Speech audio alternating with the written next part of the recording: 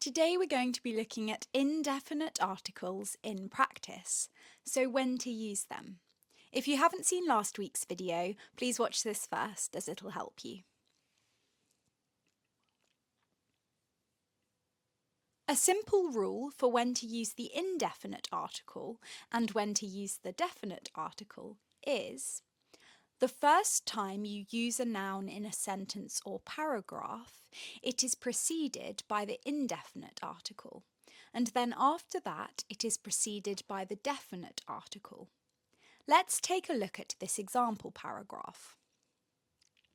Ignore the first part of the first sentence, I went to the beach today, because we'll come back to that in a moment. I saw a seal in the sea. Because this is the first time I mention the seal, I use the indefinite article, a seal. In the next sentence, I say, the seal was swimming next to a fish. This is the second time I mention the seal, so it's preceded by the definite article, the seal. Notice I also introduce a fish into the narrative and use the indefinite article because it is the first time I'm mentioning it.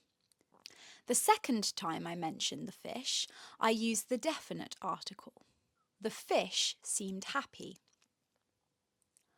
I bought an ice cream. This is the first time I mention the ice cream, so I use the indefinite article, and it's an, not a, because ice cream starts with a vowel. Now let's have another look at the first sentence. I went to the beach today and I saw a seal in the sea. What seems strange about this sentence?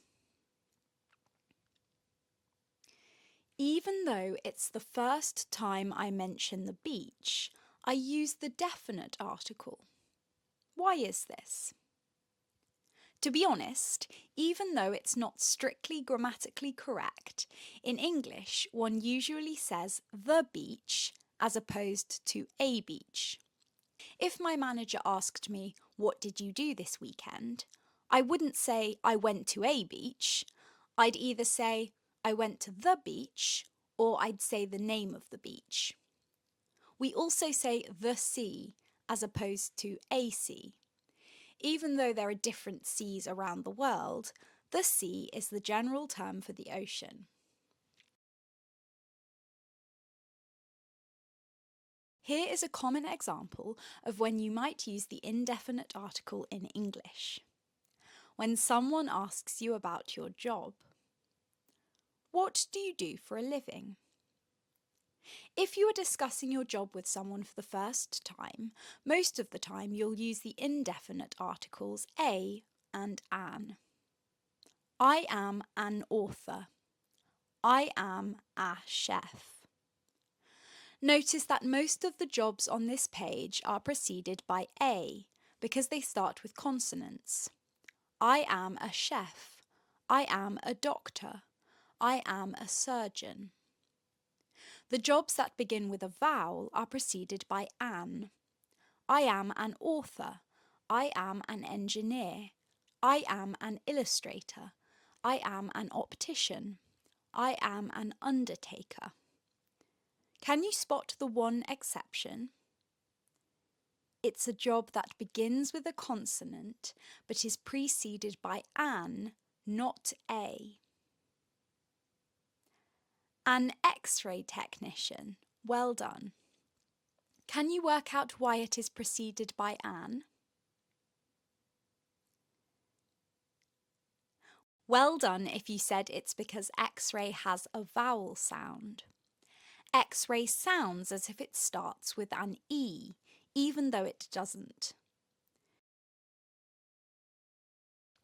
If you are talking about your job and you are the only person in the role, or you are a specific person, you use the definite article.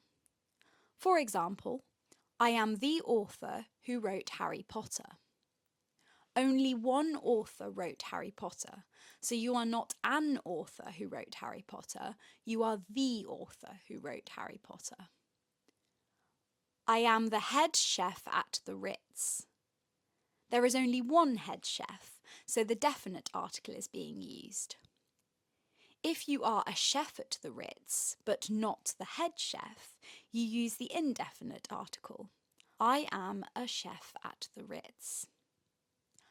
I am the King of England. There is only one King of England. I am the surgeon who will do this operation. In this situation, I am not the only surgeon in the hospital, but I am the only one who will do this specific operation. So I am the surgeon who will do this operation. I hope this has helped you understand a little bit more about the use of the indefinite articles a and an, and the definite article the. Please ask any questions in the comments section below.